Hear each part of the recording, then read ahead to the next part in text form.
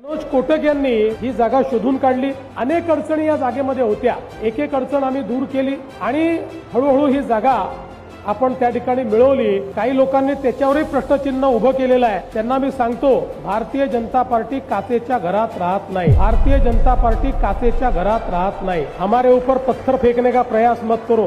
मला पहिल्या दिवशी माहिती होतं की आपण ज्या वेळेस कार्यालयाकरता जागा घेऊ, काही नतद्रष्ट लोक बसलेलेच आहेत, रोज ते प्रश्न विचारतील। त्यामुळे मी पहिल्या दिवशी मनोजला सांगितलं होतं, मनोज सरकारी जागा नको, जी जागा आहे ती विकत घेऊ आणि विकत घेताना महानगरपालिकेचे सगळे नियम हे आपण पाळू, कारण इकडच्या सगळ्या जागा या लिस्टच्या जागा असतात, त्याची परमिशन घ्यावी लागते, पैसे भरावे लागतात। म्हटलं सगळ्या गोष्टी पूर्ण नियमाने, आपल्याला एकाही नियमात सूट नको, आपल्याला एकही शॉर्टकट नको, आपल्याला एकही कन्सेशन नको। जे काही एखाद्या सामान्य माणसानी किंवा एखाद्या बिल्डरने देखील जर एखादा प्लॉट घेतला तर त्याला जे जे करावं लागेल ते सगळं भारतीय जनता पार्टी या ठिकाणी करेल आणि आम्ही नीट सगळ्या परवानग्या घेत, सगळ्या प्रकारचे पब्लिक नोटिफिकेशन असेल, नोटिसेस पाठवणं असेल, जे जे करावं लागतं ही प्रत्येक गोष्ट करून भारतीय जनता पक्षाने स्वतःचे पैसे खर्च करून ही जागा विकत घेतलेली जागा आहे।